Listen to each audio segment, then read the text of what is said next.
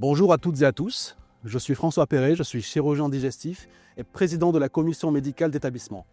À ce titre, je suis souvent interpellé par les patients, par les agents ou par des échalotés sur des questions relatives à notre hôpital. Il me paraît donc utile de répondre ici à quelques-unes de ces questions par des éléments factuels qui concernent notre hôpital. Mon premier message est que vous pouvez être fiers de votre hôpital. Votre hôpital, c'est avant tout des hommes et des femmes qui travaillent et qui dépensent leur énergie et leur temps sans compter pour prendre soin de vous ou de vos proches.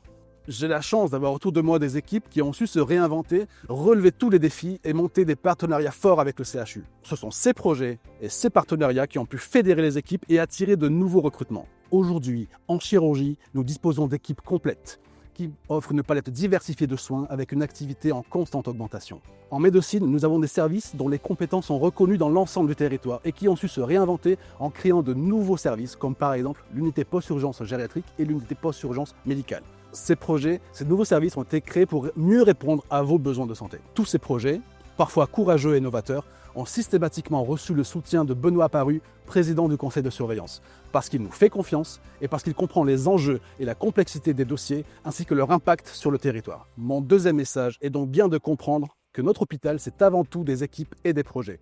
Après, il y a le bâtiment. Le projet Nouvel Hôpital a été un projet extrêmement compliqué à concrétiser. Et c'est bien normal, il s'agit d'un projet majeur, financé par nos impôts, dans un contexte budgétaire très dégradé que vous connaissez. Et pourtant, c'est bien parce que nous avons pu être cohérents sur le plan médical et financier que nous avons pu avancer.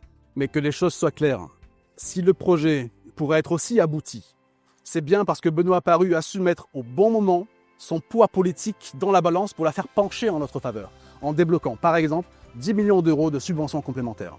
Ça aussi c'est factuel. Et c'est mon troisième message. L'architecte a été choisi le 6 février. La direction sera très prochainement en mesure de vous dévoiler les premières images de ce que sera votre nouvel hôpital. Vous pourrez voir vous-même les images en venant nous rendre visite avant que les travaux ne débutent fin 2026. Croyez-moi, on ne peut pas aller plus vite. Mais nous ne comptons pas nous arrêter là. Et ce sera mon quatrième et dernier message. Nous avons encore plein d'ambitions et plein de projets pour notre hôpital. Je sais pour ma part que je pourrais compter sur Benoît Paru pour nous aider à trouver les financements nécessaires pour doter l'hôpital des meilleures technologies, comme par exemple le robot chirurgical, pour que votre hôpital soit à la pointe du progrès. Voilà, j'espère avoir pu répondre à quelques-unes de vos questions. N'hésitez pas à liker votre hôpital. D'ici là, prenez soin de vous, portez-vous bien, et si ce n'est pas le cas, vous savez qu'on est là pour vous tous les jours H24.